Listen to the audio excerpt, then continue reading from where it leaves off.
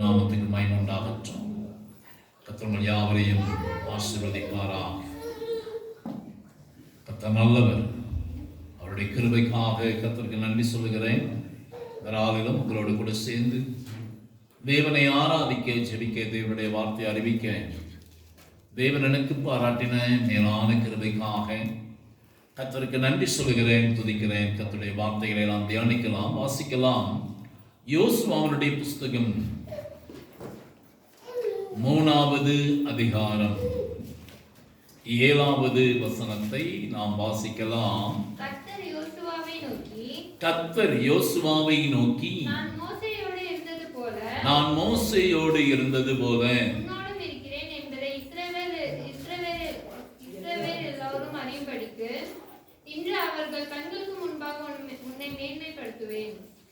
உன்னை நான் மேன்மைப்படுத்துவேன் என்று கர்த்தர் யோசுவாவை பார்த்து சொல்லுகிறார். நம்முடைய தேவன் நம்மை மேன்மைப்படுத்துகிற நல்ல கர்த்தர், கீழாக்காமல் வாளாக்குகிற மேலாக்குகிற கர்த்தர், வாளாக்காமல் தலையாக்குகிற தேவன் நம்முடைய தேவன்.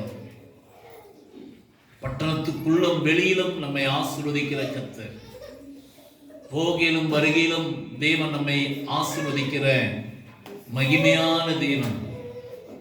கர்த்தர் யோசுவாவை பார்த்து சொல்லுகிறார், அவருடைய கண்களுக்கு முன்பாக உன்னை நான் மேன்மைப்படுத்துவேன். தேவார்த்தை கர்த்தர் நம்மை பார்த்தும் சொல்லுகிறார், ஒவ்வொருவரையுமே தேவன் மேன்மைப்படுத்துவேன் என்று சொல்லுகிறார். இந்த தேசத்திலே, சபையிலே, நீங்க பணி செய்கிற இடத்துல, படிக்கிற இடத்துல, குடியிருக்கிற இடத்தில் தேவன் உங்களை மேன்மைப்படுத்துவேன் என்று சொல்லுகிறார். அன்றைக்கு யோசுவாவை பார்த்து மேன்மைப்படுத்துவேன் என்று சொன்ன கர்த்தர் யோசுவாவுடைய புஸ்தகம் 4வது அதிகாரம் 14வது வசனத்திலே நாம் இப்படி வாசிக்கிறோம். அந்நாளிலே கர்த்தர் யோசுவாவை சகல இஸ்ரவேலரின் கண்களுக்கு முன்பாக அவர் மேன்மைப்படுத்தினார். நம்முடைய தேவன் சொன்னபடியே யோசுவாவை அவர் மேன்மைப்படுத்தினார். யோசுவாவை பார்த்து மேன்மைப்படுத்துவேன் என்று சொன்ன கர்த்தர் அடுத்த அதிகாரத்திலே வாசிக்கிறோம், கர்த்தர் யோசுவாவை சகல இஸ்ரவேலருடைய கண்களுக்கு முன்பாக தேவன் யோசுவாவை மேன்மைப்படுத்தினார். யோசுவாவுக்கு வாக்கு பண்ணி யோசுவாவை மேன்மைப்படுத்தின கர்த்தர் உங்கள் ஒவ்வொருவருக்கும் இப்படியாக வாக்கு பண்ணுகிறார், நான் உங்களை மேன்மைப்படுத்துவேன், நான் உங்களை மேன்மைப்படுத்துவேன் என்று சொல்லி வெறுமனே உற்சாகப்படுத்துகிற தேவன் அல்ல, அவர் சொன்னபடியே உங்களை மேன்மைப்படுத்துவார். அல்லேலூயா. தேவன் ஏன் யோசுவாவை மேன்மைப்படுத்தினார் என்பதை பார்த்துட்டு வேதாகமத்திலே யாரையெல்லாம் கர்த்தர் மேன்மைப்படுத்தினார் என்பதை நாம் பார்த்து மேன்மைப்படுத்துவதற்கு அவர்களிடத்திலே காணப்பட்டதான விசேஷித்த காரியங்கள் என்ன என்பதை பார்த்து நம்முடைய வாழ்க்கையில நாமும் அவைகளை அபியாசப்படுத்துகிற போது தேவன் மெய்யாகவே வேதத்தில் இருக்கிற பரிசுத்தவான்கள், வேதத்தில் இருக்கிற தேவ மனிதர்களை மேன்மைப்படுத்தின கர்த்தர் நம்மையும் மேன்மைப்படுத்துவதற்கு அவர் உண்மையுள்ளவராக இருக்கிறார். வாசிக்கலாம், யோசுவாவை ஏன் கர்த்தர் மேன்மைப்படுத்தினார்? அப்படி மேன்மைப்படுத்துவதற்கு யோசுவாவிடத்தில் காணப்பட்ட விசேஷித்த காரியம் என்ன? வாசிக்கலாம். யோசுவாவுடைய புஸ்தகம் 3வது அதிகாரம் 9ஆம் வசனத்திலே யோசுவா இஸ்ரவேல் புத்திரரை நோக்கி, நீங்கள் இங்கே சேர்ந்து உங்கள் தேவனாகிய கர்த்தருடைய வார்த்தைகளை கேளுங்கள் என்றார். உங்கள் தேவனாகிய கர்த்தருடைய வார்த்தைகளை கேளுங்கள். யோசுவாவுடைய சம்பாஷணையை பார்த்தீங்கன்னா, அவருடைய உரையாடலாம் பார்த்தீங்கன்னா, கர்த்தரை அதிகமாய் உயர்த்துவார் யோசுவா. நீங்க 3ஆம் அதிகாரம் 9ஆம் வசனத்தில் வாசிக்கிற போது உங்கள் தேவனாகிய கர்த்தருடைய வார்த்தை, 10ஆம் வசனத்தில் வாசிக்கிற போது ஜீவனுள்ள தேவன் உங்கள் நடுவில் இருக்கிறார் என்பதையும், 10ஆம் வசனத்தில் பாருங்க, மீண்டும் இஸ்ரவேல் ஜனங்களிடத்தில் பேசுகிற போது யோசுவா ஜீவனுள்ள தேவன் என்று தேவனை மேன்மைப்படுத்துகிறார். அதுக்கு அடுத்த 11ஆம் வசனத்திலே வாசிக்கிற போது, இதோ சர்வ பூமிக்கும் ஆண்டவராய் இருக்கிறவருடைய உடன்படிக்கை பெட்டி என்று மீண்டும் தன்னுடைய உரையிலே தேவனை உயர்த்துகிறார். அதற்கு பின்பாக 17ஆவது வசனத்திலே வாசிக்கிற போதும் வாசிங்க 17. சகல ஜனங்களும் யோர்தானை கடந்து தீர்மானவும் கர்த்தருடைய உடன்படிக்கை பெட்டி. மன்னிக்கவும், 13ஆவது வசனத்தை வாசிங்க. 13. சம்பவிப்பது என்னவென்றால் சர்வ பூமிக்கும் ஆண்டவராகிய கர்த்தரின் பெட்டியை இங்கே கவனிங்க.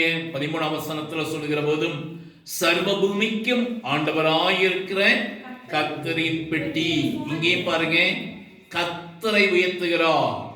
அந்த 3ஆம் அதிகாரத்திலே கர்த்தர் யோசுவாவை பார்த்து சொன்னாரே, என்று அவர்கள் கண்களுக்கு முன்பாக உன்னை மேன்மைப்படுத்துவேன் என்று சொன்னதற்கு பின்பு 3ஆம் அதிகாரத்திலேயே 4 தடவை கர்த்தரை உயர்த்துகிறார் யோசுவா.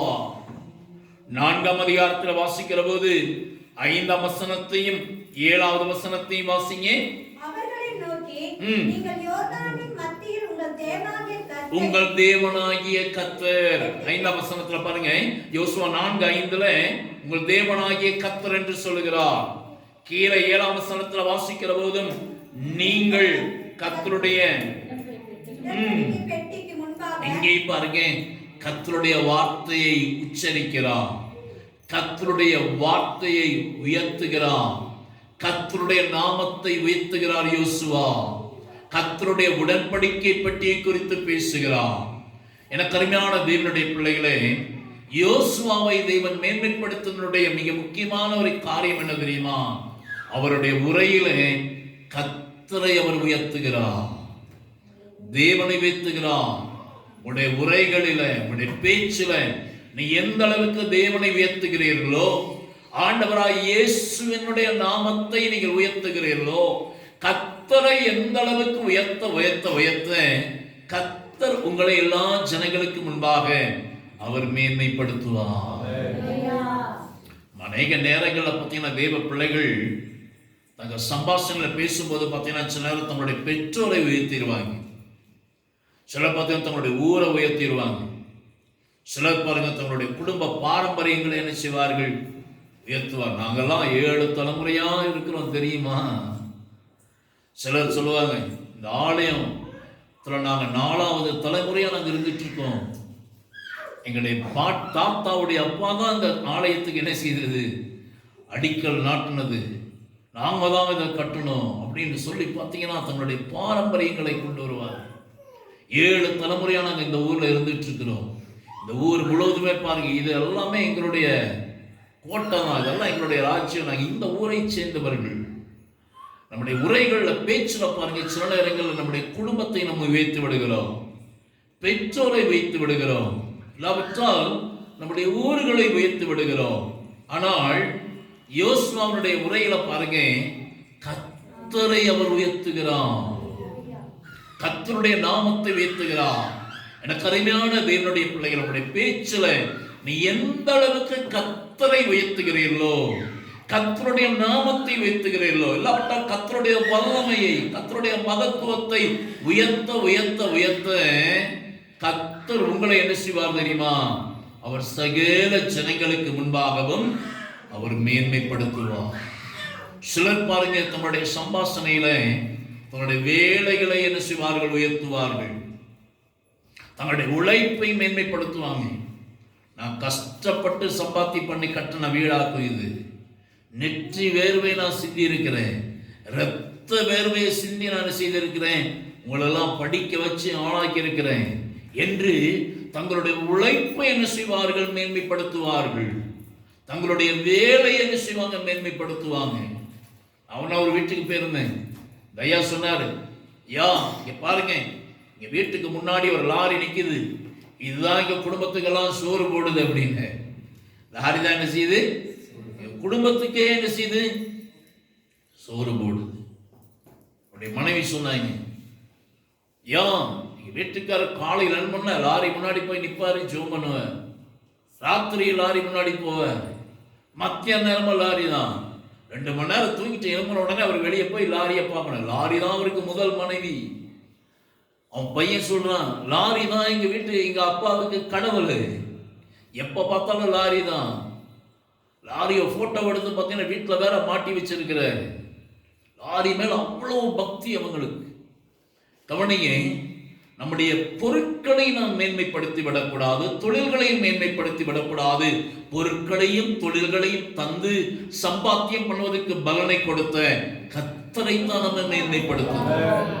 எந்த அளவுக்கு தேவனை நம்ம மேன்மைப்படுத்துகிறோமோ, எந்த அளவுக்கு கர்த்தரை நாம மேன்மைப்படுத்துகிறோமோ. யோசுவாவை பாருங்கள், இஸ்ரவேல் ஜனங்களோடு கூட பேசுகிற போது, உங்கள் தேவனாகிய கர்த்தர் சர்வ பூமிக்கு ஆண்டவர், எப்படியெல்லாம் கர்த்தரை என்ன செய்கிறார் உயர்த்தினபடினாலே வேதம் சொல்கிறது, தேவன் யோசுவாவை சகல இஸ்ரவேலுடைய கண்களுக்கு முன்பாக அவர் மேன்மைப்படுத்தினார். நம்முடைய தேவன் நம்மை மேன்மைப்படுத்துவார், நிச்சயம் மேன்மைப்படுத்துவார். ஆனால் மேன்மைப்படுத்துவதற்கு செய்ய வேண்டிய முதல் காரியம் கர்த்தரை மேன்மைப்படுத்துங்க. உடைய பிள்ளைகளிடத்துல பேசுகிற போதும், பேர பிள்ளைகளிடத்துல பேசுகிற போதும், தேவனுடைய இரக்கம், தேவனுடைய கிருபையினால நாங்க நல்லா இருக்கிறோம். யாராயும் உங்களை பார்த்து நல்லா இருக்கிறாங்கன்னு கேட்டா சிலர் சொல்லுவாங்க, உங்க புண்ணியத்தினால நல்லா இருக்கும், உங்களால நல்லா இருக்கு. அப்படியெல்லாம் சொல்லவே சொல்லாதீங்க. நான் சிலர் பார்த்து கேட்பேன், நீங்க எப்படி இருக்கீங்க, நல்லா இருக்கீங்களான்னு கேட்டா சில விசுவாசிகள் சொல்லுவாங்க, ஐயா உங்க ஜெபத்தினால நல்லா இருக்கும். நான் சொல்லுவேன், அப்படி சொல்லவே சொல்லாதீங்க. கர்த்தருடைய இரக்கத்தினால நல்லா இருக்கும், ஆண்டவராய் இயேசுடைய இரக்கத்தினால நல்லா இருக்கிறோம் அப்படிங்கிற ஒரு வார்த்தையை கிறிஸ்தவர் அல்லாத மக்களிடத்திலும் பேசுகிற போது, ஆண்டவராய் இயேசுவை என்ன செய்யுங்க, உயர்த்துங்க.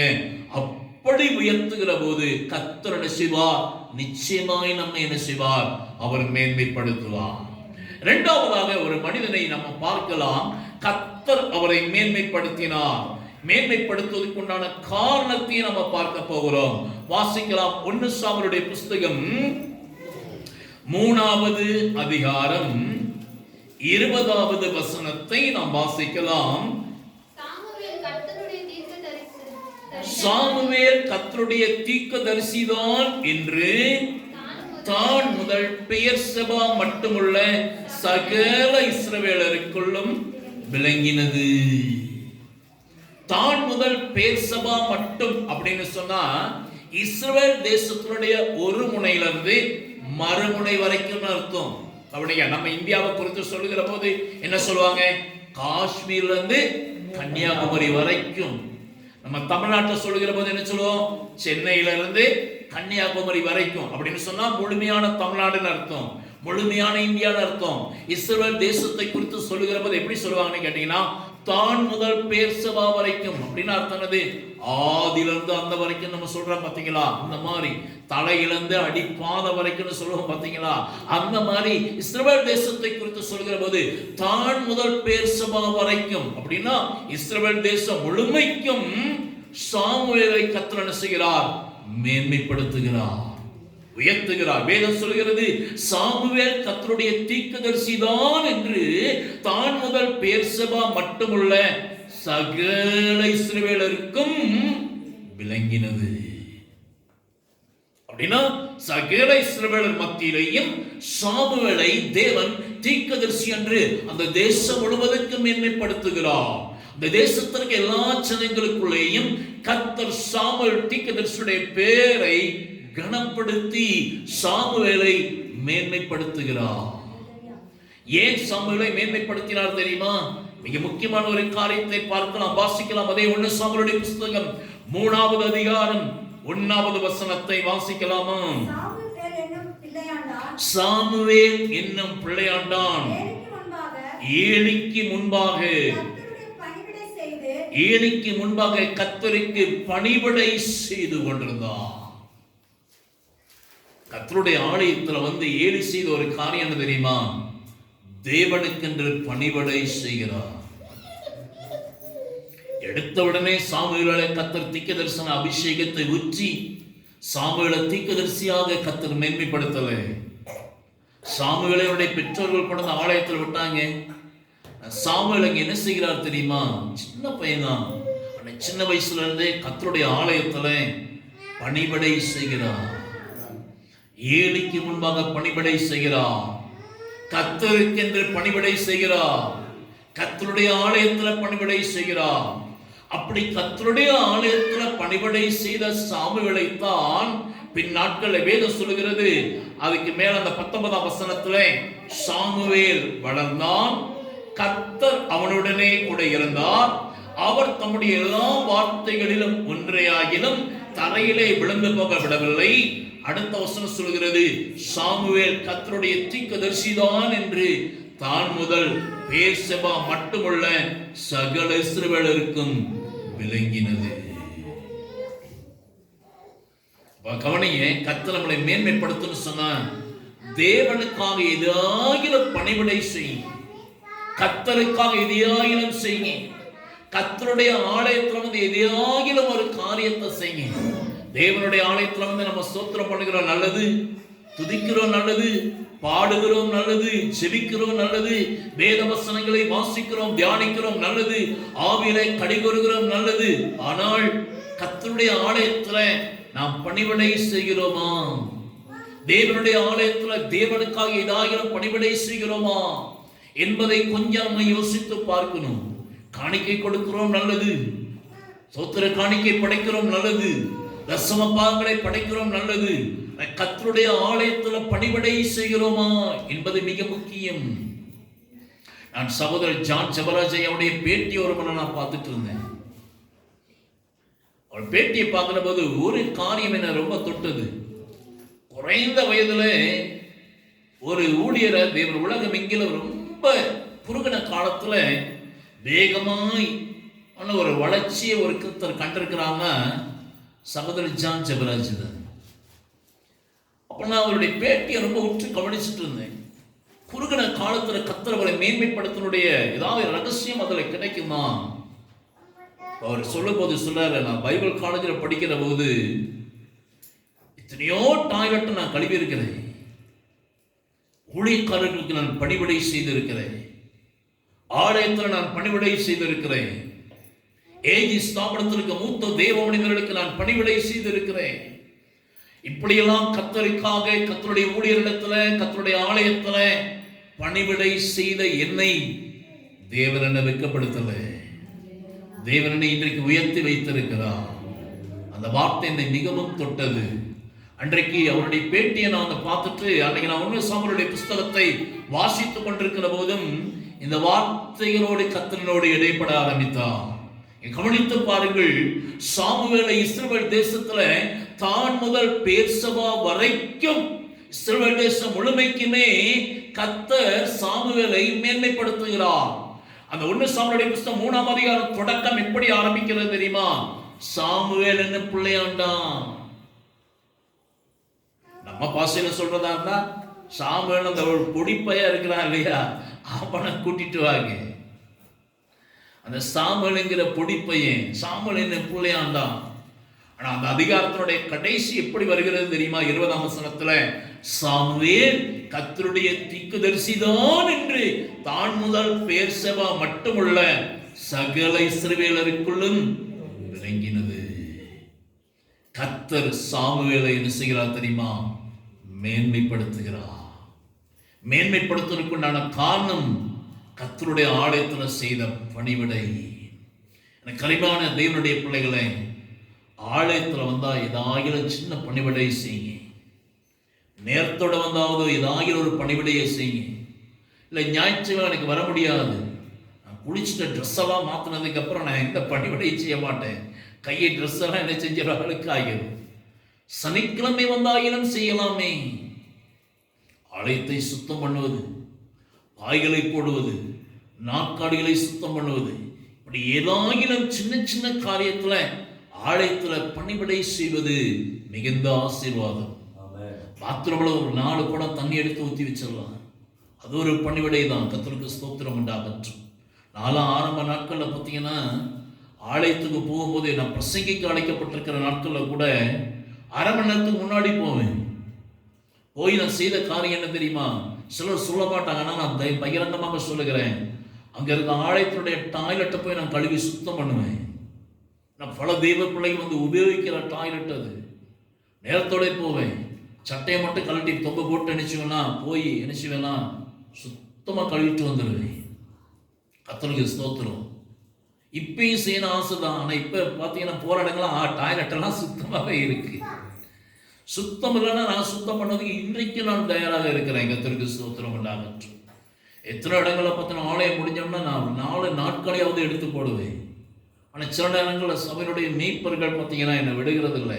ஐயா நீங்கள் அதெல்லாம் செய்யாதீங்கய்யா, சபை ஜனங்கள் செய்து விடுவாங்க. ஆனால் எனக்கு ஆசை ஆகிலும் கீழே கிடக்கிற பேப்பரையாவது எடுத்து வைக்கணும், கீழே கிடக்கிற ஒரு பைபிளையாவது சின்ன மேலே தூக்கி வச்சிடணும், கீழே ஏதாகிலும் ஒரு பொருட்கள் வந்து அதையாகிலும் தூக்கி மேலே வைக்கணும். ஒரு சின்ன பணிவிடையாவது செய்கிறது நான் ரொம்ப விருப்பமாக இருப்பேன்.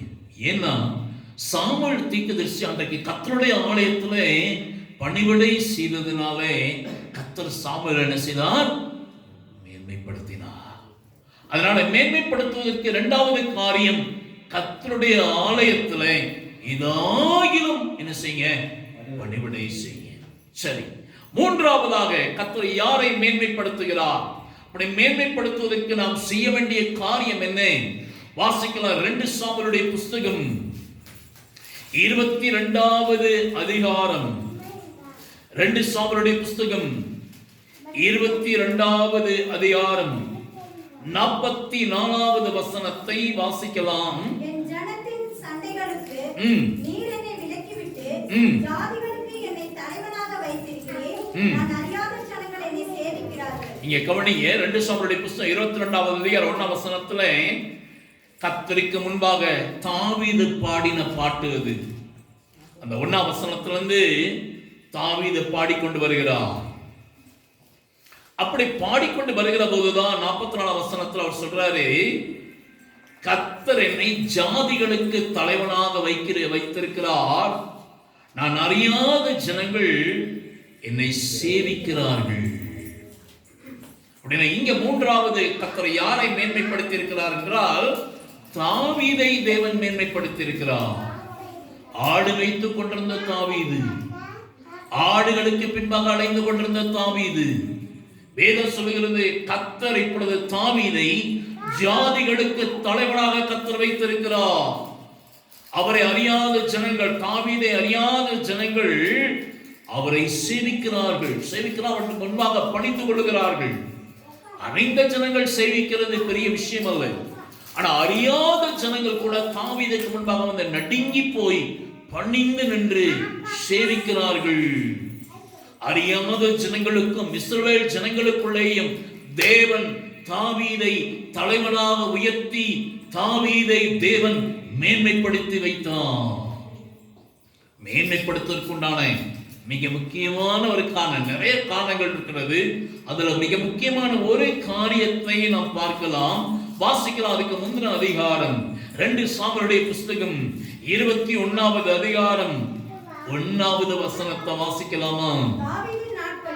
தாவீதின் நாட்களில் 3 வருஷம் ஓயாத பஞ்சம் உண்டாயிருக்கிறது. அப்பொழுது தாவீது கர்த்தருடைய சமூகத்தில் விசாரித்தான். தாவீதின் நாட்கள்ல பஞ்சம் வருது. பஞ்சம் வந்த உடனே தாவீது நாமளா இருந்தோம்னா நினைச்சிருப்பேன், இன்னைக்கு ஒருவேளை இந்தியாவில் பஞ்சம் வருகிறது என்று வைத்துக் கொள்ளுங்களேன்.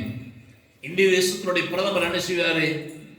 அமெரிக்க தேசத்திட்ட சொல்லுவார், இத்தனை டன் எங்களுக்கு அரிசி தேவை, இத்தனை டன் எங்களுக்கு கோதுமை தேவை, இத்தனை டன் எங்களுக்கு பருப்பு தேவை, சீனாவிலிருந்து இவ்வளவு இறக்குமதி வேணும், அமெரிக்காவிலிருந்து எங்களுக்கு இவ்வளவு இறக்குமதி வேணும், அரபு நாடுகளுக்கு கோரிக்கை கொடுப்ப, அரபு நாடுகளிலிருந்து எங்களுக்கு இவ்வளவு உதவி வேணும் அப்படின்னு கேட்டிருப்ப. தாவீது பெரிய ராஜா, பஞ்சம் உண்டாயிருச்சு.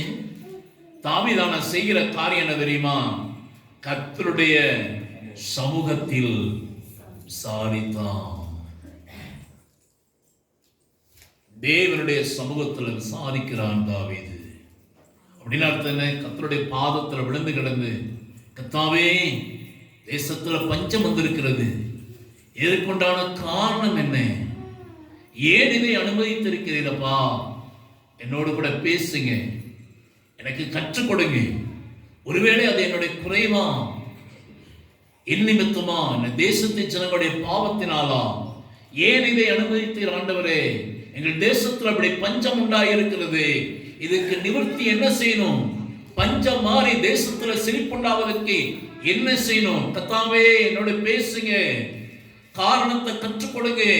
கர்த்தருடைய பாதத்தில் விழுந்து கிடந்து தாவீது தேவ சமூகத்திலே விசாரிக்கிறார். அநேக நேரங்கள் நம்முடைய வாழ்க்கையில் சில பிரச்சனைகள் போராட்டங்கள் வந்துவிட்டால் நம்ம அநேக தேவ பிள்ளைகள் செய்கிற காரியம் என்ன தெரியுமா? பிசாசின் மேலேயே பழிய போட்டுறோம். பிசாசு தடைகளை கொண்டு வருகிறார் உண்மைதான். ஆனா வருகிற தடையெல்லாமே பிசாசு என்றே நினைத்து விடக்கூடாது. நம்முடைய அஜாக்கிரத்தினால சில தடைகளா இருக்கலாம், நம்முடைய பாவத்தினால வருகிற தடையா இருக்கலாம், சத்துரு கொண்டு வருகிற தடையாக இருக்கலாம், மனுஷர்கள் மூலமா வருகிற தடையா இருக்கலாம். அதனால தடை என்ற உடனே நம்ம என்ன செய்யணும்? கர்த்தருடைய பாதத்தில் என்ன செய்யணும்? காத்திரு. ஒரு நாள் பாருங்க, நான் ஒரு வீட்டுக்கு போயிருந்தேன். ஒரு ஐயா சொல்றாரு, மாஸ்டர் பாருங்க, அமாவாசை டைம்ல யானை தெரியல எலுமிச்சை பழம் போட்டுங்க, வீட்டு வாசல்ல எலுமிச்சை பழம் கிடையாது அப்படின்னு சொல்லி எலுமிச்சை பழத்தை எடுத்து கொண்டு என்னோட காட்டுறாரு. நான் பார்த்துட்டு இருந்தேன். நான் ஒரு நிமிஷம் தான் பார்த்துருக்கிறேன். அவருடைய பையன் சொன்னா, அப்பா ஃப்ரிட்ஜுக்குள்ள இருந்த எலுமிச்சை பழத்தை நான் எடுக்கும் போது என் கையில இருந்து வெளியே விழுந்துருச்சுப்பா, எங்க போச்சுன்னு தெரியல, வீட்டுக்குள்ள தானே காணல, ஓ இதுதான் வெளியே கிடந்திருக்குது அப்படின்னு பையன் சொல்றேன். அப்ப இந்த சிஸ்டர் சொல்றாங்க, ஆமா நான் 2 எலுமிச்சை பழம் வாங்கிட்டு வந்தேன், நேற்று மத்தியானம் ஒரு பழம் ஜூஸ் போட்டேன், சாயங்காலம் பழத்தை பார்த்தேன் காணும். பையன் என்ன செஞ்சிருக்கான்? ஃப்ரிட்ஜை திறந்துருக்கிறான், ஏதோ எடுத்து சாப்பிடணும் போல தோணுச்சு, எலுமிச்சை பழத்தை பார்த்துருக்கான், எடுத்து அப்படியே போட்டு விளையாண்டுருக்கான், வெளியே உருண்டு விழுந்துருச்சு. வெளியே போனோன்னா அவன் என்ன செய்யிட்டான்? அமைதியாயிட்டான். வெளியே போனவர் வேலை முடிச்சுட்டு வரும்போது வெளியே பார்த்தீங்கன்னா என்ன செஞ்சிருக்கு? எலுமிச்சை பழம் கிடக்குது. இவர் என்ன நினைச்சிட்டாரு? யாரோ மந்திரவாதம் பண்ணியிருக்காங்க. நல்ல வேலை, பையன் மூலமா கர்த்தர் என்ன செஞ்சாரு? அந்த குடும்பத்தை காப்பாற்றி விட்டார். அல்லேலூயா. இப்போ அது பேச தெரிஞ்ச பையன் பரவாயில்ல, சின்ன குட்டி குழந்தை, 1 வயசு குழந்தை, 1.5 வயசு குழந்தைன்னு வைங்களேன், இது உருட்டி விளையாடு எலுமிச்சை பழம் வெளியே விழுந்திருக்குன்னு வைங்களேன், அது சொல்லலாம் என்ன செஞ்சிருப்பாங்க? அவங்க எல்லாரும் நினைச்சிருப்பாங்க, நிச்சயமா நான் என்ன செஞ்சிருப்பேன்? கர்த்தாவே சத்துருடைய போராட்டங்கள் நான் மாறட்டும். தேவையில்லாத ஒரு வீணான ஜெபம், என்னுடைய ஜெபம் என்ன செஞ்சு வீணா போயிருக்கு. இப்ப நானாவது அப்படி ஜெபம் பண்ணியிருப்பேன். சில தீர்க்கதரிசிகள் இதுக்குன்னே அபிஷேகம் பெற்றவங்க இருக்கிறாங்க. அவங்க தொழிலை எவ்வளவு போட்டிக்கு வச்சிருக்கிறாங்க, எதிர் வீட்டுக்கார வச்சிருக்கிறான், அது இதுன்னு சொல்லி அந்த மந்திரவாதத்தை உடைக்கிறதுக்கு ஒரு 5001 வச்சாதான் நிச்சய முடியும், அதை உடைக்க முடியும். ஒரு 3 நாள் உங்க வீட்டில் ஒரு ஃபாஸ்டிங் ப்ரேயர், ஒரு நாளைக்கு ஒரு ஃபாஸ்டிங் ப்ரேயர் வச்சிடணும். நல்ல ஒரு பிரியாணி போடணும், எனக்கு வேஷ்டி சட்டெல்லாம் எடுத்து கொடுத்துடணும், எங்க வீட்டு அம்மாவுக்கு சாரி எடுத்து கொடுத்துடணும், ஒரு 5001 ரூபாய் என்ன செஞ்சணும்? தட்சணையா வச்சிடணும். அப்படி வச்சாதான் என்ன ஆகும்? இந்த மாந்திரிகம் எல்லாம் இல்லாம. சின்ன விஷயத்தில் நம்ம என்ன செய்யறதுல அநேக நேரங்கள்ல கர்த்தரிடத்தில் விசாரிப்பது இல்லை. பாருங்க, தாவீதின் நாட்கள்ல பஞ்சம் உண்டானது. தாவீது செய்த காரியம் என்ன? கர்த்தருடைய சமூகத்தில் விசாரித்தான். கர்த்தருடைய சமூகத்தில் விசாரித்தான். ஒரு வீட்டுக்கு போயிருந்தேன். அந்த பையன் நல்லா படிக்கிறது இல்லை. அந்த பையனுடைய அம்மா சொல்றாங்க என்கிட்ட வந்து, பிரதர் என் பையன் படிக்கிறதே இல்லை பிரதர், நல்லா மார்க் வாங்கணும், ஒரு 60%, 60% வாங்கட்டும், தயவு செய்து நீங்க ஜெபம் பண்ணுங்க. அந்த பையனுடைய அப்பா என்ன சொல்றாரு தெரியுமா? எங்க பரம்பரையில யாருமே 50 மார்க் மேல வாங்கினதே கிடையாது இல்லை பாஸ்டர், நானும் எல்லா சப்ஜெக்ட்லையும் 50% தான். எங்க அப்பாவும் அப்படிதான், மொத்தம் 245 மார்க், மிஞ்சி போனா 250. எங்க தாத்தா தான் அப்படின்னா, அவருடைய அப்பாவும் அப்படிதான் 200 மார்க். எங்க குடும்பமே அப்படிதான் பாஸ்டர். அவனுங்க ஜெபிக்கிறதுக்கு முன்னாடியே வாயிலிருந்து என்னதான் வார்த்தை வருது? என்னதான் வார்த்தை வருது? எல்லாமே எங்க குடும்ப பாரம்பரியம். அப்ப நான் சொல்லிட்டேன், அப்ப குடும்ப பாரம்பரியத்தின்படியே இந்த பையனை 50 மார்க் தான் எடுக்கணும்னு நினைக்கிறீங்களா, மார்க் நல்லா வாங்கன்னு நினைக்கிறீங்களா? இல்லை, மார்க் நல்லா வாங்க. அதுக்கு என்னதான் செய்யறது? என்ன செய்யலாம்? கர்த்தருடைய சமூகத்தில் உட்கார்ந்து என்ன செய்வோம், விசாரிப்போம். நான் கேட்டேன், நீங்களும் உங்களுடைய கணவனும் இணைந்து உங்க மகனுக்காக என்னைக்காவது உட்கார்ந்து ஜெபம் பண்ணியிருக்கீங்களா? 1 மணி நேரம் ஜெபித்து இருக்கீங்களா? இல்லை. குடும்ப ஜெபம் பண்ணுவோம், 2 பாட்டு பாடுவோம், என்ன ஆசீர்வதியும், மனைவி ஆசீர்வதியும், பிள்ளை ஆசீர்வதியும், தொழில் ஆசீர்வதியும், இந்த தேசத்தை ஆசீர்வதியும், சபை ஆசீர்வதியும், இவ்வளவுதான். மொத்த ஜெபமே 20 நிமிஷத்துல முடிஞ்சிடும். நான் கேட்டேன், உங்க பையனுக்காக 1 மணி நேரம் உட்கார்ந்து ஜெபம் பண்ணியிருக்கீங்களா? உங்க பையனுடைய படிப்புக்காக, அவனுடைய எதிர்காலத்துக்காக 1 மணி நேரம். நீங்க தேசத்தெல்லாம் விட்டுருங்க, ஆப்கானிஸ்தானுக்காக ஜெபம் பண்றது, மணிப்பூருக்கு ஜெபம் பண்றதெல்லாம் ஒரு பக்கம் இருக்கட்டும். உங்க பையனுக்காக நீங்க என்னைக்காவது ஒரு நாள் 1 மணி நேரம் இணைந்து ஜெபித்திருக்கிறீர்களா? உடனே பையனுடைய அம்மா சொன்னாங்க, இல்ல பிரதர். சொல்லிட்டு அவங்க சொன்ன காரணம் என்ன தெரியுமா? அடுத்த வாரத்தை நீங்க பையனுக்கு பிறந்த நாள் வருது. நான் சொன்னேன், பிறந்த நாள் அன்னைக்கு கேக் வெட்டுறது, பக்கத்துலலாம் கேக் கொடுக்கறது, மிட்டாய் கொடுக்கறது, அதெல்லாம் ஒரு பக்கம் இருக்கட்டும். பையனுடைய பிறந்த நாள் அன்னைக்காவது 2 பேரும் உட்கார்ந்து கர்த்தருடைய சமூகத்தில் உட்காருங்க, தேவனுடைய சமூகத்தில் விசாரிங்க. பையனுக்காக ஜெபம் பண்ணுங்க. எவ்வளவு வார்த்தைகளை சொல்லி ஜெபிக்க முடியுமா ஜெபம் பண்ணுங்க. ஒரே ஒரு பாட்டு பாடுங்க. இந்த சிஸ்டர் சொன்னேன், நீங்க ஒரு 1/2 மணி நேரம் ஜெபம் பண்ணுங்க. பையனை நல்லா படிக்கணும், நல்லா மார்க் வாங்கணும், நல்லா விளையாடணும், நல்லா பைபிள் படிக்கணும், நல்லா ஜெபிக்கணும், நல்ல எதிர்காலம் அவனுக்கு உண்டாகணும், அவன் அபிஷேகத்தை பெறணும், ரட்சிக்கப்படணும், நல்ல ஆவிக்குரிய ஜீவிதத்தில் வளரட்டும், வேதத்தில் என்னென்ன வாக்கு தத்தங்களா இருக்குது அதெல்லாம் சொல்லி சொல்லி உங்க பையனுக்காக நீங்க ஜெபம் பண்ணுங்க. அப்புறம் ஒரு பாட்டு பாடுங்க. அப்புறம் அந்த பிரதர்ட்ட சொன்னேன், நீங்க என்ன செய்யுங்க, பையனுக்காக உட்கார்ந்து ஜெபம் பண்ணுங்க. 1 மணி நேரம் நீங்க 2 பேரும் சேர்ந்து உங்க மகனுக்காக ஜெபம் பண்ணுங்க. அடுத்த ஆண்டுக்குள்ளாக பாருங்க என்ன மாற்றம் வருகிறது அப்படின்னு. சரின்னு சொன்னாங்க. பிறந்த நாள் அன்னைக்கு நானும் போனேன். நான் போய் ஜெபம் பண்ணது மொத்தம் 10 நிமிஷம் தான். ஜெபம் பண்ணிட்டு வந்துட்டேன். அவங்கள்ட்ட சொன்னேன், நீங்க 2 பேரும் சேர்ந்து இன்னைக்கு என்ன செய்யுங்க, 1 மணி நேரம் உங்க பையனுக்காக ஜெபம் பண்ணுங்க. அவனைய வாழ்நாளே தந்த பையனுக்காக இந்த கணவனும் மனைவி உட்கார்ந்து ஜெபிக்க ஆரம்பித்த போது 1.5 மணி நேரம் 1.25 மணி நேரம் உட்கார்ந்து 2 பேரும் இணைந்து ஜெபித்திருக்கிறாங்க. அடுத்த எக்ஸாம்பிள் அந்த பையன் வாங்கின மார்க் எவ்வளவு தெரியுமா? 75%. சத்தமா அலையிலே சொல்லுங்களேன், சத்தமா அலையிலே சொல்லுங்களேன். ஹல்லேலூயா, ஹல்லேலூயா. அடுத்த தடவை நான் போயிருந்தேன். அந்த அம்மா சொன்னேன், பிரதர் உங்க ஜெபத்தினால என் பையன் நல்லவா? நான் சொன்னேன், ஏன் ஜெபத்தினால இல்லவே இல்லை, ஏன் ஜெபத்தினால கிடையவே கிடையாது. நீங்க 2 பேரும் உட்கார்ந்து 1 மணி நேரம் கர்த்தருடைய சமூகத்துல ஜெபித்ததனால உங்க பையனை கர்த்தர் செய்திருக்கார், மேன்மைப்படுத்திருக்கிறார். அதற்கு பின்பு பார்த்தீங்கன்னா 2 பேர் உட்கார்ந்து நேரம் கிடைக்கிற போது 1 மணி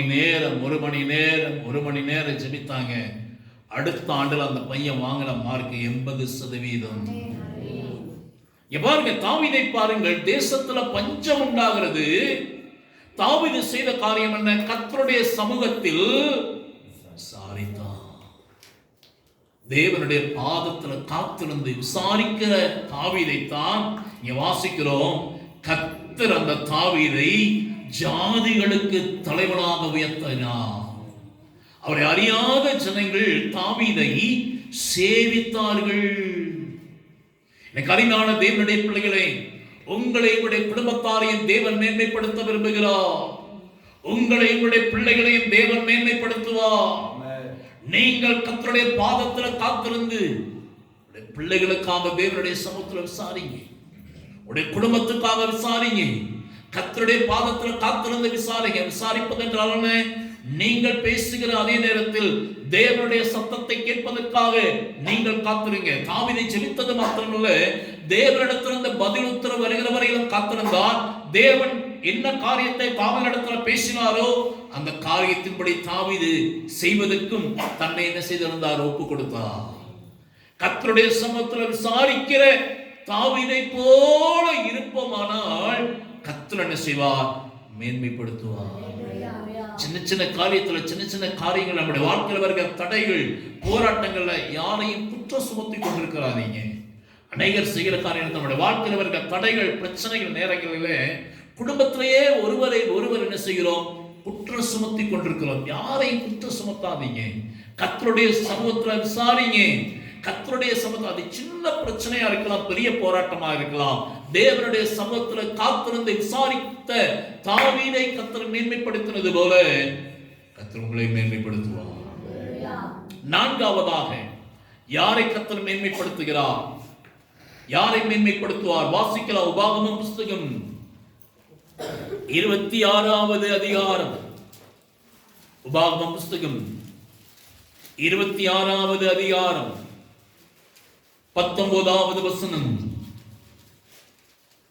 நான் உண்டு பண்ணின எல்லா ஜாதிகளை பார்க்கிலும் இஸ்ரவேல் ஜனங்களை பார்த்து கர்த்தர் சொல்லுகிறார், நான் உண்டு பண்ணின எல்லா ஜாதிகளை பார்க்கிலும் புகழ்ச்சியிலும் மகிமையிலும் உன்னை சிறந்திருக்கும்படி செய்வேன் என்றும் நான் சொன்னபடியே நீ உன் தேவனாகிய கர்த்தரான எனக்கு பரிசுத்த ஜனமாய் இருப்பாய் என்றும் அவர் இன்று உனக்கு சொல்லுகிறார் என்றார். இது கர்த்தர் யாருக்கு சொல்லுகிறார்னா, முழுமையான இஸ்ரவேல் ஜனங்களை பார்த்து சொல்றாரு, நான் உண்டு பண்ணின எல்லா ஜாதிகளை பார்க்கிலும் இஸ்ரவேல் ஜனங்களை, இஸ்ரவேல் கோத்திரத்தாரை புகழ்ச்சியிலும் கீர்த்தியிலும் மகிமையிலும் சிறந்திருக்கும்படி செய்வேன். அப்படின்னா இஸ்ரவேல் கோத்திரத்தாரை கர்த்தர் என்ன செய்கிறாரு? மேன்மைப்படுத்துகிறார். இஸ்ரவேல் தேசத்தை கர்த்தர் மேன்மைப்படுத்துகிறார். அன்னைக்கு மேன்மைப்படுத்துவேன் என்று சொன்ன கர்த்தர் இன்றைக்கு வரைக்கும் பார்த்தீங்கன்னா இஸ்ரவேல் தேசத்தை என்ன செய்திருக்கிறார்? எல்லா விதத்திலும் மேன்மைப்படுத்தி இருக்கிறார். அங்க நீங்க பார்த்தீங்கன்னா நல்ல தண்ணி கிடையாது தேசத்துல. ஆனால் கடல் நீரையே நல்ல தண்ணீராக மாற்றி அந்த தேசத்துக்கு தேவையான நல்ல தண்ணீரை தேவைக்கு மிஞ்சி அவங்க என்ன செய்திருக்கிறார்கள்? சேமித்து வைத்திருக்கிறார்கள். எவ்வளவு கர்த்தர் மேன்மைப்படுத்தியிருக்கிறார் பாருங்க. நல்ல மழை கிடையாது அந்த தேசத்துல, செயற்கையான மழையை உண்டாக்கி வைத்திருக்கிறாங்க. நல்ல மழை கிடையாது, சொட்டு நீர் பாசனத்தை உருவாக்கி அந்த தேசத்துல எல்லா பயிர் வகைகளும் விளையக்கூடிய அளவுக்கு கர்த்தர் செய்திருக்கிறார். தேசத்தை மேன்மைப்படுத்தி இருக்கிறார். இஸ்ரவேல் ஜனங்களை கர்த்தர் மேன்மைப்படுத்தி இருக்கிறார்.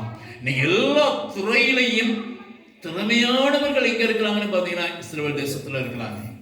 கம்ப்யூட்டர் துறையா, விஞ்ஞானமா, தொழில்நுட்பமா, விமான டெக்னாலஜியா, கப்பல் துறையா, எல்லாவற்றிலையும் இராணுவத்துறையா, எல்லாவற்றிலையும் இஸ்ரவேல் தேசத்தை கர்த்தர் எப்படி வைத்திருக்கிறார் தெரியுமா?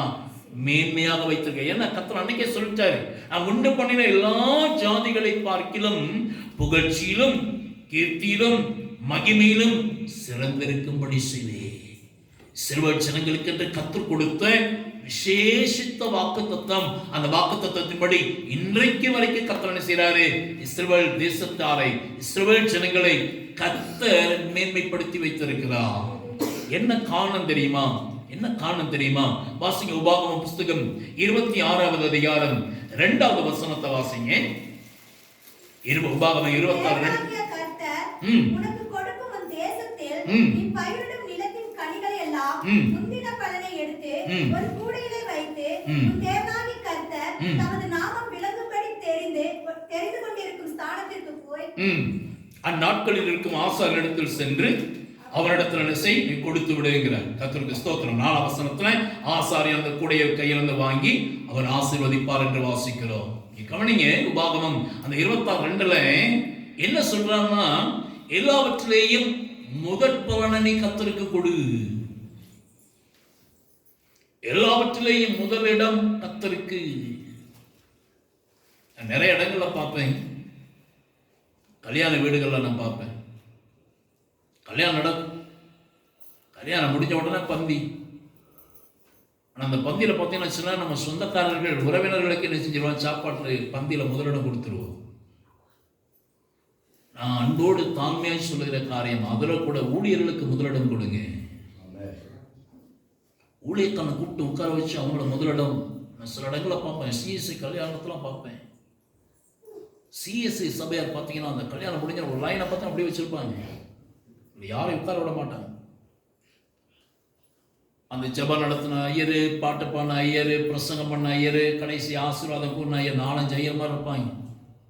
அத்தனை பேரும் வந்து அந்த சாப்பாட்டுக்கு ஒரு ஜெபம் பண்ணிட்டு அவங்க அந்த பந்தியில் உட்காந்து அவங்களுக்கு இலை போட்டதுக்கு அப்புறம் தான் அப்புறம் இலைலாம் போட்டு அவங்களுக்கு தான் முதல்ல ஒரு வடையை கொண்டு வந்து வச்சு ஸ்வீட்டை கொண்டு வந்து வச்சுட்டு அப்புறம் பார்த்தீங்கன்னா வயலில் எல்லாருக்கும் வைப்பாங்க. அப்படி அந்த வாதத்துக்கு பின்பு நடந்த அந்த பந்தியில் கர்த்தரை கனம் பண்ணின, கர்த்தருடைய ஊழியர்களுக்கு முதலிடம் கொடுத்த, கர்த்தருக்கு முதலிடம் கொடுத்த குடும்பங்களை பார்க்கிறேன். மிக சந்தோஷமா இருக்கிறார்கள். நான் ஒரே ஒரு வாதத்தில் பார்த்தேன், முடிஞ்சது பார்த்தீங்கன்னா தாய் மாமாவுக்கு முதலிடம் கொடுங்கப்பா, மாப்பிள்ளை வீட்டுக்காரங்களுக்கு முதலிடம் கொடுங்க, பொண்ணு வீட்டுக்காரங்களுக்கு முதலிடம் கொடுங்க. அப்படி பயங்கர அங்கே பார்த்தீங்கன்னா ஒரு பெரிய கலாட்டம் நடந்துட்டு இருக்கு. நாங்கள் வெளியே நின்று வேடிக்கை பார்த்துட்டு இருக்கிறேன். ஐயர்மாரெல்லாம் வெளியே நிற்கிறாங்க, அவங்களுக்கு கூட இடம் கிடையாது. நாங்களாவது என்னைக்கோ போய் ஜெபம் மட்டும் வரோம். ஐயரெல்லாம் நின்று வெளியே நின்று பார்க்குறாரு. ஃபஸ்ட்டு பந்தி முடிஞ்சு 2வது பந்திக்கு நுழைய போனால் அதுக்கும் கூட்டம். ஐயமாரெல்லாம் அப்படி திருன்னு முடிச்சுட்டு இருக்காங்க. அந்த குடும்பத்தை பார்த்த 2 மாதம் கூட அவங்க சந்தோஷமாய் வாழல. 2வது மாதத்தில் கோர்ட்டு போலீஸில் போய் அந்த குடும்ப பேரெல்லாம் நாரடித்து போயிருக்கிறத நான் பார்த்துட்டு ரொம்ப வேதனைப்பட்டேன். கல்யாணம் அருமையாய் நடந்தது, கல்யாணம் ரொம்ப சீர் சிறப்பாக நடந்தது. ஆனால் அந்த உணவு பந்தியில் முதலிடம் கர்த்தருக்கு கொடுக்கல. இங்கே பாருங்க, இங்கே வாசிக்கிற நிலத்தின் கனிகளிலே முதற் பலனை கர்த்தருக்கு கொடு, முதற் பங்கை ஆசாரியனுக்கு கொடு. 10 நம்ம கொடுக்கிறோம், நல்லது. ஆனால் முதல் பங்கை கொடுக்கிறோமா என்பது முக்கியம். நிறைய தேவனுடைய பிள்ளைகளை நான் பார்ப்பேன். இப்போ 10,000 ரூபாய் சம்பளம் வருதுன்னு வைங்க, ஒரு உதாரணத்துக்கு சொல்லுகிறேன். 7ஆம் தேதி நான் சம்பளம் வாங்குறேன், 10,000 வாங்கிட்டேன். அதில் 1000 ரூபா தசமத்தை எடுத்து வச்சுட்டேன், மிச்சம் 9,000 இருக்கு. நான் இப்போ என்ன செய்கிறேன், இந்த 9,000த்தில் எனக்கு வீட்டு வாடகை 2,000. இன்னைக்கு நான் வீட்டு ஓனரை போய் 2,000 கொடுத்துட்டேன். இது 7ஆம் தேதி.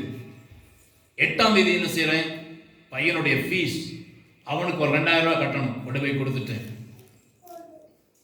9ஆம் தேதி என் லோன் பணம் ஒரு 1000 ரூபா கட்டணும், கட்டிட்டேன்.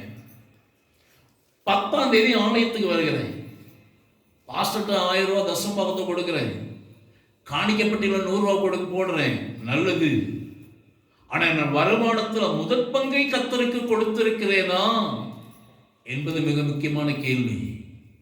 முதலிடம் நான் எதுக்கு தான் கொடுத்திருக்கிறேன், வாடகை. 2வது ஸ்கூல் ஃபீஸ், 3வது லோனு, 4வது வண்டி கடை, 5வது மகளிர் லோனு, 6வது சீட்டு பணம், 7வது இடம் தான் கத்திருக்கு. தசமபாகத்தில் உண்மையா இருக்க, தசமபாகத்தை விட கூட கொடுக்கிறேன். 1000 ரூபாய்க்கு 1100 ரூபாவே வச்சு கொடுக்கிறேன், நல்லது. 1000 ரூபாய் தசமபாகத்தை 1200 ரூபாய் கொடுக்கிறேன், நல்லது. ஆனால் முதற் பங்கை கொடுத்திருக்கிறேனா, முதலிடத்தை கொடுத்திருக்கிறேனா? பாருங்க, இஸ்ரவேல் ஜனங்களிடத்தில் இருக்கிற நல்ல ஒரு பண்பு என்ன தெரியுமா, விளைகிற அந்த பயிர்ல கிடைக்கிற பலன்ல முதற் பங்கை கர்த்தருக்கு கொடுக்கிறாங்க. அது எவ்வளவு தூரமா இருந்தாலும் சரி, கிடைக்கிற பழத்துல முதல் பழத்தை கொண்டு போய் கர்த்தருடைய ஆலயத்துல. திருநெல்வேலி மாவட்டத்தில் பார்த்தீங்கன்னா நான் பார்ப்பேன், மரத்தில் மாங்காய், ஒரு மாங்காய் கீழே விழுந்தா கூட போதும், அதை எடுத்து கொண்டு வந்து நேராக ஆலயத்தில் கொண்டு வந்து வச்சிருவாங்க. ஒன்றா ஐயரை பார்த்து கொடுப்பாங்க, இல்லைன்னா ஐயருக்கு அடுத்தபடியாக இருக்கிற சபை ஊழியரிடத்துல கொடுப்பாங்க. இல்லாவிட்டா என்ன செய்வாங்க தெரியுமா, ஆலயத்திலேயாவது வைத்து விட்டு போயிடுவாங்க. ஒரே ஒரு மாங்காய் தான். நம்ம வீடுகள் நிச்சயம் தெரியுமா, மாங்காயா, ஐயோ நம்ம வீட்டுக்கு குழந்தை கொடுப்போம், அவங்களுக்கு ரொம்ப பிடிக்கும், இவங்களுக்கு பிடிக்கும், அவங்களுக்கு கொடுப்போம், இவங்களுக்கு கொடுப்போம். திருநெல்வேலி மாவட்டத்தை கர்த்தர் மிக ஆசீர்வதித்திருக்கிறார். திருநெல்வேலி மாவட்டத்தினுடைய கிறிஸ்தவர்கள், அது மிக முக்கியமாக தென்னிந்திய திருச்சபையுடைய கிறிஸ்தவர்களை கர்த்தர் ஆசீர்வதித்திருக்கிறார். மிக முக்கியமான ஒரு காரியம் என்ன தெரியுமா, முதல் பங்கை கர்த்தருக்கு கொடுக்கிறதுல மிக சரியாயவர்கள் இருப்பார்கள். முதற் பங்கு சிறுவர் சிலங்களிடத்துல காணப்பட்ட முதல் காரியம் என்ன தெரியுமா, முதல் பங்களை மிக சரியாய் இருப்பார்கள். மட்டுமல்ல, அதே உபாகம புஸ்தகம் 26வது அதிகாரத்திலே 12ஆம் வசனத்தை வாசிக்கலாம். 12ஆம் வசனத்திலே 3ஆம் இம்மரத்தை எல்லாம் 10 ஒன்றை எடுத்து. நல்ல கவனிங்க. இரண்டாவது இஸ்ரவேல் ஜனங்களிடத்துல காணப்பட்ட காரியம் 10 ஒன்றில் அவங்க எப்படி இருப்பாங்க? மிக சரியாயிருப்பார்கள். ஒன்று, முதற் பங்குல சரியாயிருப்பார்கள். இரண்டாவது 10 ஒன்றில் மிக சரியாயிருப்பார்கள். அப்படி இருந்ததுனாலதான் இஸ்ரவேல் ஜனங்களை பார்த்து கர்த்தர் சொல்றாரு, நான் உண்டு பண்ணின எல்லா ஜாதிகளை பார்க்கிலும் புகழ்ச்சியிலும் கீர்த்தியிலும் மகிமையிலும் உன்னை சிறந்திருக்கும்படி செய்வேன். கர்த்தர் உங்களை மேன்மைப்படுத்த விரும்புகிறார். தேவன் உங்களை மேன்மைப்படுத்துவார். உங்களுடைய குடும்பத்தை மேன்மைப்படுத்துவார். முதற் பலனிலே சரியாயிருங்க. 10 ஒன்றிலையும் இப்படி இருங்க, சரியாயிருங்க. நான் இன்னொரு காரியம் கேட்கிறேன். 1000 ரூபாய் மகளிர் தொகை வாங்குறவங்களாம் எத்தனை பேர் கொஞ்சம் கையை வைத்துங்க பார்க்கலாம். நல்ல கையை வைத்துங்க. நான் யார்ட்டையும் கேட்க மாட்டேன், கடன் கொடுங்க. நல்ல கையை வைத்துங்க. அதுல நம்ம 100 ரூபா தசமத்துல கரெக்டா இருக்கிறோமா? வருமானத்துல இஸ்ரேல்ல கிடைக்கிற வருமானத்துல 10 ஒன்றுல சரியா இருக்கும் பிரதர்.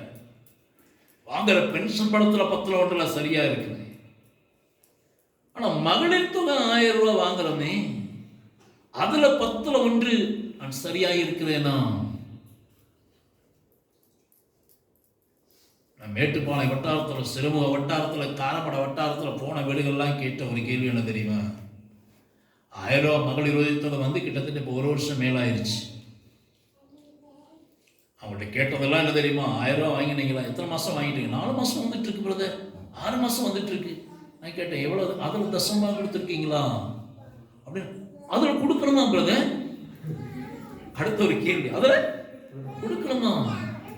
நான் கேட்டேன், 6 மாசம் வாங்கியிருக்கீங்கல்ல, அடுத்த மாசத்துல 400 ரூபா மட்டும் தான் நீங்க வச்சுட்டு 600 ரூபா கொண்டு போய் என்ன செய்யுங்க? கத்தோடு 1000 ரூபாய்க்கு இப்படியெல்லாம் இதை செய்யணும் அதை செய்யணும் ஒரு ப்ரோக்ராம் போட்டிருக்கேன். நான் சொன்னேன், எல்லா ப்ரோக்ராமும் என்ன செஞ்சிருக்கேன்? கேன்சல் பண்ணிட்டு அடுத்த மாசம் வாங்குற 1000 ரூபால 600 ரூபா மட்டும் இல்லை, அந்த 600 ரூபா கொடுக்காததுக்கு நஷ்டீடா 100 ரூபாவையும் சேர்த்து 700 ரூபா கொடுக்கணும். மீதி 300 ரூபா தான் உங்களுக்கு என்ன செய்யுங்க? நீங்க ஆட்டுக்கறி வாங்குவீங்களோ கோழிக்கறி வாங்குவீங்களோ தெரியாது. ஆனா 700 ரூபா கொண்டு போய் என்ன செஞ்சிருங்க? கர்த்தருடைய ஆலயத்தில் கொடுத்துருங்க. நீங்க சொன்னா நம்ப மாட்டீங்க. இலவச டிவி நம்ம எல்லாருமே தான் வாங்கணும். இலவச மிக்சி கிரைண்டர். நான் மிக்சிக்கு விலை எவ்வளோன்னு தெரியாது, கடையில் போய் கேட்டேன் மிக்சி எவ்வளவு விலை அப்படின்னு. இலவச மிக்சி, அதில் கூட நான் 10 ஒன்றரை கொடுத்துருக்கிறேன். டிவியினுடைய விலை தெரியாது. இலவச டிவி கலைஞர் தந்தாருன்னு நம்ம ரொம்ப பெருமையாக பேசிக்கிட்டோம். ஆனால் டிவி வாங்கினதுக்கு அப்புறமா டிவியினுடைய விலை என்ன, அதில் நான் 10 ஒன்றரை என்ன செஞ்சிருக்கேன், கொடுத்துருக்கிறேன். இலவசமா எந்த பொருள் நீங்க வாங்கினாலும் சரி, அதுல 10 ஒன்றரை என்ன செய்யுங்க நீங்க கொடுப்பதுக்கு தயாரா இருக்கும். நம்ம நினைக்கிறது என்ன தெரியுமா? நான் கஷ்டப்பட்டு சம்பாத்தியம் பண்ணதுல தான் என்ன செய்யணும், கொடுக்கணும். அப்படி இல்லை. இலவசமாய் கிடைக்கிற எல்லாவற்றிலையும் 10 ஒன்று. எனக்கு போன வருஷம் பார்த்தீங்கன்னா ஒரு 3 பேர் 4 பேர் பேண்ட் ஷர்ட் வாங்கி கொடுத்துட்டாங்க. நான் அதுக்கு எவ்வளவு மதிப்புன்னு போட்டு பார்த்துட்டு, ஓ ஒரு பேண்ட் ஷர்ட்டுக்கு இவ்வளவு இருக்கும், இத்தனை பேர் வாங்கி தந்திருக்கு, இதில் இவ்வளோ தொகையை கத்தருக்கு கொடுத்துருவோம். அதில் முதற்கொண்டு நான் கத்தருக்கு ஒன்று செஞ்சுக்க 10 ஒன்று கொடுத்துருக்குறேன். கத்தரை இன்னைக்கு வரைக்கும் கடன் இல்லாமல் எங்களை நடத்தி கொண்டு வருகிறார். ஆனால் நல்ல கவனிங்க, இன்னைக்கு வரைக்கும் எங்களுக்கு மகளிர் உதவித்தொகை எங்களுக்கு கிடைக்கவே இல்லை. ஏன்னு கேட்டிங்கன்னா, நாங்கள் வந்து ஊழியம் செய்கிறோன்னு போட்டோம், எங்களுக்கு இன்னைக்கு வரைக்கும் மகளிர் உதவித்தொகை எங்களுக்கு வரல. ஒரு அலேடியா சொல்லுங்க, சத்தமா சொல்லுங்க. எனக்கு தானே வரல, சத்தமா அலேடியா சொல்லுங்க. கர்த்தருக்கு ஸ்தோத்திரம். ஆனாலும் நாங்க என்ன செய்யல, ஐயோ பக்கத்து வீட்டுக்கு வந்துருச்சு அவங்களுக்கு வந்துருச்சு நினைக்கவே இல்லை. ஐயோ கேட்டா சொல்றாரு, சார் உங்களுக்கு அடுத்த மாசம் வந்துடும் சார், அடுத்த ப்ராஜெக்ட்ல வந்துடும், அடுத்த செக்ஷன்ல வந்துடும் அப்படின்னு எழுதி போட்டோம். வரலன்னு கவலைப்படவும் இல்லை. கர்த்தர்களுடைய தேவையெல்லாம் சந்தித்துக் கொண்டிருக்கிறார். 10 ஒன்றிலையும் எல்லாவற்றுக்கும் மேலாக முதல் பங்கிலையும் நீங்கள் உண்மையாய் இருந்தால் கர்த்தர் உங்களை என்ன செய்வார்? மேன்மைப்படுத்துவார். 5வதாக ஒரே ஒரு நபரை நம்ம பார்த்துட்டு நாம் ஜெபத்துக்குள்ளாய் கடந்து போகலாம். வாசிக்கலாம். ஆதியாகம புஸ்தகம் 25வது அதிகாரத்திலே கர்த்தர் ஒரு மனிதனை மேன்மைப்படுத்துகிறார். வாசிக்கலாம். ஆதியாகம புஸ்தகம் 25வது அதிகாரம் 13வது வசனம். பற்பல சந்ததிகளாய் இந்த இஸ்மவேலின் புத்திரருடைய நாமங்களும். நல்ல கவனிங்க. ஆதியாகமம் 25வது அதிகாரம் 13ஆம் வசனத்துல இஸ்மவேலுடைய புத்திரருடைய நாமங்கள் அங்கே சொல்லப்பட்டிருக்கிறது. இந்த இஸ்மவேல் யார்? ஆபிரகாமுடைய மகன். இந்த இஸ்மவேலுக்கு 12 ஆண் பிள்ளைகள் பிறக்கிறார்கள். இப்போ 16வது வசனத்தை வாசிங்க. இஷ்பா, தூமா, மாசா. 16 ஆதியாகமம் 25:16 தங்கள் கிராமங்களிலும் அரண்களிலும் குடியிருந்த தங்கள் ஜனத்தாருக்கு 12 பிரபுக்களாகிய இஸ்மவேலின் குமாரர்கள் இவர்களே, இவருடைய நாமங்களும் இவைகளே. அடுத்ததாக மேன்மைப்படுத்தப்பட்ட ஒரு மனிதன் யார் என்றால் இஸ்மவேல். 12 ஆண் பிள்ளைகளை கர்த்தர் அவனுக்கு கொடுத்தார். 12 ஆண் பிள்ளைகளும் 12 பிரபுக்களாக கர்த்தர் அந்த தேசத்தில் என்ன செஞ்சிருக்கிறாரு? மேன்மைப்படுத்தி வச்சிருக்கிறார். எவ்வளவு பெரிய சந்தோஷம் பாருங்க. 12 பிள்ளைகளும் அப்படி இருக்கிறாங்க, பிரபுக்கள். சில வீடுகளை பாருங்க, ஒரு பையன் வாத்தியாரா இருப்பான். சிலர் சொல்லுவாங்க மூத்த பையன் வாத்தியார், 2வது பையன் போலீஸ், 3வது பையன் மில்லில் வேலை செய்யலாம், அப்படியே குரலாக இறக்குவாங்க. 4வது பையன் ஆடு மேய்ச்சிட்டு இருக்கிறான், அப்படியே குரலாக இறக்கி சொல்லுவாங்க. நான் நிறைய வீடுகளை பார்ப்பேன். 4 பேர் இருப்பாங்க, 3 பேர் பார்த்தீங்கன்னா நல்ல பொறுப்பாக இருப்பாங்க, கவர்மெண்ட் போஸ்ட்டில் இருப்பாங்க. ஒருத்தர் பிரைவேட் கம்பெனியில் இருப்பார், ஒருத்தர் சொந்த தொழிலை வச்சுருப்பார், ஒருத்தர் கொஞ்சம் நலிவாக இருப்பார், ஓட்டு வீட்டில் இருப்பார். 3 பேர் பாருங்க நல்லா டெரஸ் பில்டிங்கில் இருப்பாங்க. ஆனால் இஸ்மவேலுக்கு கிடைக்கிற ஆசீர்வாதம் 12 ஆண் பிள்ளைகள். 12 ஆண் பிள்ளைகள் எப்படி இருக்கிறாங்க? 12 கலைஞர் குடும்பத்தில் 4 பசங்க இருக்கிறாங்க. அதில் ஒரு பையனுக்கு தான் முதல்வர் போஸ்ட். எல்லாருமே முதல்வரா? எல்லாரும் அரசியல் தலைவரா? இல்லை. அவருடைய குடும்பத்திலே ஒருத்தர் தான் என்னவா இருக்கிறாரு? முதல்வராக. மற்ற 3 பேர் இருக்கிறாங்க. மற்ற 3 பேரும் இந்த பெரிய பொறுப்பு இல்லை. ஆனால் இஸ்மவேலுக்கு 12 ஆண் பிள்ளைகள். 12 ஆண் பிள்ளைகள் எப்படி இருக்கிறாங்க? 12 பிரபுக்கள். இஸ்மவேலுக்கு பாருங்க, அது எவ்வளவு பெரிய சந்தோஷம், எவ்வளவு பெரிய மேன்மை. அவன் நினைச்சு பார்த்தோம், ஏ அப்பா, கர்த்தர் எனக்கு 12 ஆண் பிள்ளைகளை தந்திருக்கிறார். 12 ஆண் பிள்ளைகள் எப்படி இருக்கிறாங்க? 12 பிரபுக்கள். அப்படின்னா 12 குறு நிலத்துக்கு அவங்க என்னவா இருக்கிறாங்க? குட்டி ராஜாக்களாய், குறுநில மன்னர்களாக இருக்கிறாங்க. கர்த்தர் இஸ்மவேலை மேன்மைப்படுத்தினார். மேன்மைப்படுத்தினதுக்கு உண்டான மிக முக்கியமான ஒரு காரணம் என்ன தெரியுமா? தகப்பனால் துரத்தி விடப்பட்டவன் இஸ்மவேல். ஒரே ஒரு அப்பம், ஒரு துருத்தி தண்ணீரை கொடுத்து ஆபிரகாம் இஸ்மவேலை தன் வீட்டை விட்டு வழி அனுப்பினான். ஒவ்வொரு போது அப்பா கிட்ட, ஏன்பா நீ துரத்தி விடுறீங்க? கேட்கல. உங்க பையன் தானே, எனக்கு சொத்து தரக்கூடாதா? கேட்கல. சண்டை போடல. அப்பாவிட ஆடு மாடுகள் இருந்தது, எனக்கு 4 ஆடு கொடுங்கப்பா, மாடு கொடுங்கப்பா, கேட்கல. ஆபிரகாமிடம் ஆஸ்தி இருந்தது, கொடுங்க, வாக்குவாதம் பண்ணல. அப்பமும் தண்ணீரை கொடுத்து ஆபிரகாமால் துரத்தி விடப்படுகிற போது இஸ்மவேல் ஆபிரகாமுடைய இல்லத்தை விட்டு கடந்து போனான். கருமையான தேவனுடைய பிள்ளைகளே, ஒருவேளை நீங்கள் மற்றொருளால் புறக்கணிக்கப்படலாம், மற்றொருளால் ஏமாற்றப்படலாம், உங்கள் குடும்பத்தாரால் ஒருவேளை நசிக்கப்படலாம், உங்கள் குடும்பத்தாரால் நீங்கள் நெருக்கப்பட்டிருக்கலாம். நீங்க வேலை செய்கிற இடத்துல ஒருவேளை முதலாளிகளாலே நீங்க அற்பமாய் எண்ணப்பட்டிருக்கலாம், ஒருவேளை உங்களுடைய கணவனால நீங்க அற்பமாய் எண்ணப்பட்டிருக்கலாம், மனைவியால அற்பமாய் எண்ணப்பட்டிருக்கலாம், ஒருவேளை பெற்றோரால, ஒருவேளை மாமனாரால, ஒருவேளை மாமியாரால, யார் மூலமாய் நீங்க அவமானப்பட்டிருந்தாலும் சகித்து சகித்து இது தேவன் நடத்துகிற பாதை என்று தாழ்மையோடு இஸ்மவேலை போல நீங்கள் கடந்து போவீர்களானால் இஸ்மவேலையும் இஸ்மவேலுடைய சந்ததியும் 12 பிரபுக்களாக மேன்மைப்படுத்தின கர்த்தர் உங்களை உடைய குடும்பத்தை மேன்மைப்படுத்துவதற்கு அவர் வல்லவராக இருக்கிறார். ஒருவேளை உடைய நண்பர்களால் நீங்க ஏமாற்றப்பட்டிருக்கலாம், சொந்த பந்தங்களால் பரியாசம் பண்ணப்பட்டிருக்கலாம், அற்பமாய் எண்ணப்பட்டிருக்கலாம், அவரிடத்த நன்மையை பெற்றுக்கொண்டு உங்களை குப்பையா தூசியா உங்களை உதறி தள்ளி இருக்கலாம்.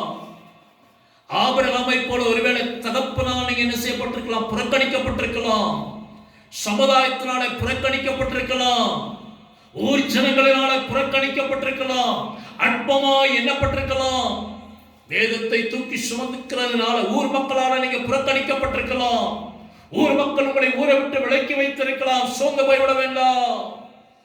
நம்முடைய தேவன் இஸ்மவேலின் தேவன் என்பதை மறந்து போய்விடக்கூடாது. அவர் ஈசாக்கின் தேவன் மட்டுமல்ல, அவர் இஸ்மவேலின் தேவன் என்பதையும் நீங்கள் என்ன செய்து விடக்கூடாது, மறந்து விடக்கூடாது. இஸ்லாமியர்கள் சொல்லுவாங்க இஸ்மவேலுடைய தேவன் அல்லாஹ்னு சொல்லுவாங்க. ஆனால் நம்முடைய வேதம் இஸ்மவேலின் தேவன் நாம் ஆராதிக்கிற தேவன் என்று தான் வேதம் சொல்லுகிறது.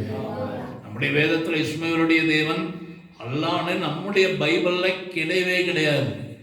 நல்ல கவனிங்க, இஸ்மவேல் எந்த இடத்துல புறக்கணிக்கப்பட்டானோ அதே இஸ்மவேலை கர்த்தர் என்ன செய்கிறார் தெரியுமா, மேன்மைப்படுத்துகிறார். 12 ஆண் பிள்ளைகளை கொடுத்து 12 ஆண் பிள்ளைகளும் 12 பிரபுக்களாக கர்த்தர் என்ன செய்கிறார், மேன்மைப்படுத்துகிறார். எவ்வளவு பெரிய ஆசீர்வாதம் நினைச்சு பாருங்க, எவ்வளவு பெரிய மேன்மை நினைச்சு பாருங்க, எவ்வளவு பெரிய கணம் நினைச்சு பாருங்க. எனக்கு ஒரு சிபிஎம் ஒரு குடும்பத்தை தெரியும். சிபிஎம் குடும்பத்தில் பார்த்தீங்கன்னா 7 பிள்ளைகள், 4 பையங்க 3 பெண்ணு. அத்தனை பேரையும் அந்த சிபிஎம் குடும்பத்தை சேர்ந்து அப்பா அம்மா நல்லா சிபிஎம்ல ரொம்ப வைராக்கியம் நிறைந்தவங்க. 7 பேரையும் என்ன செஞ்சாங்க, ஊழியத்துக்கு அர்ப்பணிச்சிட்டாங்க. சொந்த பந்தம் கேட்டாங்க, ஒருத்தரையாவது ஊழியத்தில் ஏஜி இல்லைன்னா சர்ச் கார்டு இந்த மாதிரி ஏதாவது ஒரு ஸ்தாபனத்தில் ஊழியத்துக்கு, சிபிஎம்ல தான் ஊழியம், கல்யாணம் பண்ணாம தான் அவங்க ஊழியம் செய்வாங்க.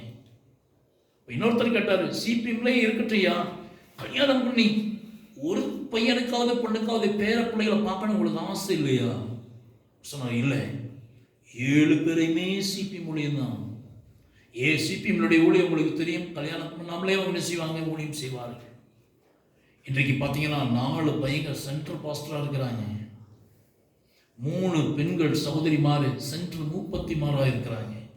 சென்ட்ரல் மூப்பத்தினா அந்த மாவட்டத்தில் இருக்கிற சகோதரிமாருக்கெல்லாம் அவங்க ஹெட்டு.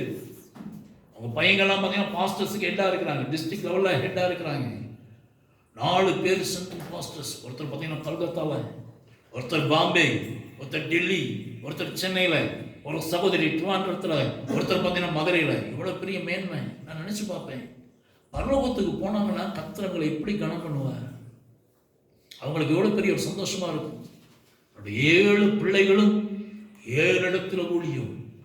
அது மேன்மையாக மாவட்ட அளவில் மேன்மையாக கர்த்தர் வைத்திருக்கிறார். இஸ்மவேலுக்கு 12 ஆண் பிள்ளைகள், 12 ஆண் பிள்ளைகள் அப்படிதான் இருக்கிறாங்க. 12 பிரபுக்களாக, 12 ராஜாக்களாக.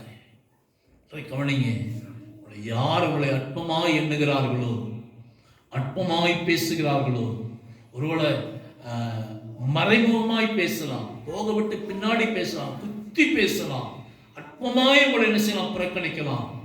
தயவு செய்து சோர்ந்து போக வேண்டாம்.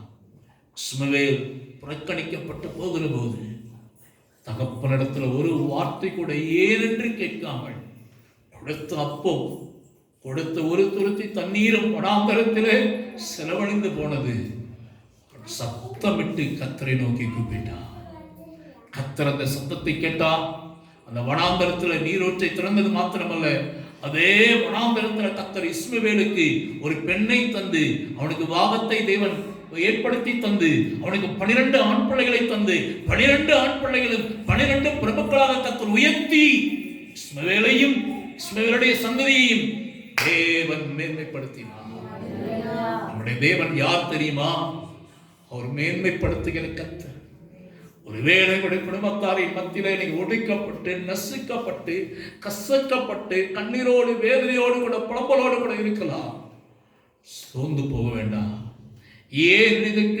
ஏன் இப்படி உண்டானது என்று ஒருபோதும் தேவனிடத்துல நீங்க என்ன செய்ய வேண்டாம், கேள்வி கேட்க வேண்டாம். யாரை குறித்து நீங்க என்ன செய்ய வேண்டாம், குற்றப்படுத்த வேண்டாம். அதை சகித்துக் கொண்டிருக்க. ஒண்ணு மட்டும் சொல்லுங்க, கர்த்தாவே இஸ்மவேல் சகித்தான், இஸ்மவேலை நீங்க மேன்மைப்படுத்தினீங்க இல்லையா, இஸ்மவேலை போல நான் சகிக்கிறேன் கர்த்தாவே, என்ன நீங்க மேன்மைப்படுத்துங்கன்னு மட்டும் கேளுங்க. கர்த்தர் உங்களை மேன்மைப்படுத்துவதற்கு அவர் வல்லவராய், அவர் நல்லவராய், அவர் உண்மை உள்ளவராய் இருக்கிறார். எல்லாரும் அப்படியே முழங்கால் பண்ணிடுவீங்களா? எல்லாரும் அப்படியே முழங்கால் பண்ணிடுவீங்களா? ஒன்று மட்டும் சொல்லுங்க, கர்த்தாவே எங்களை மேன்மைப்படுத்தும் ஐயா. சொல்லுவீங்களா? வாய் திறந்து, தேவனே எங்களை மேன்மைப்படுத்தும். வாய் திறந்து சொல்லுங்க, வாய் திறந்து சொல்லுங்க. கர்த்தாவே இஸ்மவேலை மேன்மைப்படுத்தினவரே, தாவீதை மேன்மைப்படுத்தினவரே, சாமுவேலை மேன்மைப்படுத்தினவரே, யோசுவாவை மேன்மைப்படுத்தினவரே, இஸ்ரவேல் ஜனங்களை மேன்மைப்படுத்தினவரே, என்னை மேன்மைப்படுத்துங்கப்பா. சொல்லுங்க, எங்களை மேன்மைப்படுத்துங்க, சபையில மேன்மைப்படுத்துங்க, சமுதாயத்துல மேன்மைப்படுத்துங்க, படிக்கிற இடத்துல மேன்மைப்படுத்துங்க, வேலை செய்கிற இடத்துல மேன்மைப்படுத்துங்க, சொந்த பந்தங்கள் மத்தியில மேன்மைப்படுத்துங்க. சொல்லுங்க சொல்லுங்க சொல்லுங்க.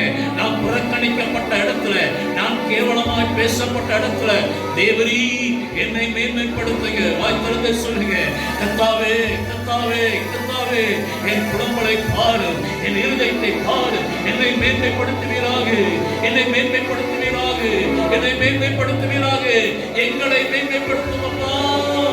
சபையாரை மேன்மைப்படுத்துவீராக, சபையாரை மேன்மைப்படுத்துவீராகப்பா. இஸ்ரவேலை மேன்மைப்படுத்தினவரே, இஸ்ரவேலை மேன்மைப்படுத்தினவரே, புறக்கணிக்கப்பட்ட இஸ்ரவேலை மேன்மைப்படுத்தினவரே, மேன்மைப்படுத்துவையா, மேன்மைப்படுத்துவையா. சொல்லுங்க, மேன்மைப்படுத்துவையா, மேன்மைப்படுத்துவையா. என் பெற்றோரால் புறக்கணிக்கப்பட்டிருக்கிறேன், என் கணவனால், என் மனைவினால், மாமனாரால், மாமியாரால், என் சொந்த பந்தங்களினால, ஊர் ஜனங்களினால, நான் வேலை செய்கிற இடத்தினுடைய முதலாளியினால நான் அநேக நேரங்கள் அற்பமாக நான் எண்ணப்பட்டிருக்கிறேன், பரியாசம் பண்ணப்பட்டிருக்கிறேன், நிந்திக்கப்பட்டிருக்கிறேன், தூசியாய் குப்பையாய் தூக்கி வீசப்பட்டிருக்கிறேன், இஸ்மவேலை போல புறக்கணிக்கப்பட்டிருக்கிறேன், இஸ்மவேலை போல துரத்தப்பட்டிருக்கிறேன். தேவரீர் தேவரீர் தேவரீர் தேவரீர் என் மீது நினைவாய் இருப்பீராக, எங்கள் மீது நினைவாய் இருப்பீராக. நன்மை உண்டாக என்னை நினைத்தருவீராக, நன்மை உண்டாக என்னை நடத்தருவீராக. எங்கள் மீது உடைய கிருபை ஊற்றுவீராகப்பா, எங்கள் மீது உடைய கிருபை விளங்கப்படுவீராக. எங்களை மேன்மைப்படுத்துவப்பா, எங்களை மேன்மைப்படுத்துவீராக, மேன்மைப்படுத்துவீராக, மேன்மைப்படுத்துவீராக. ஹல்லேலூயா.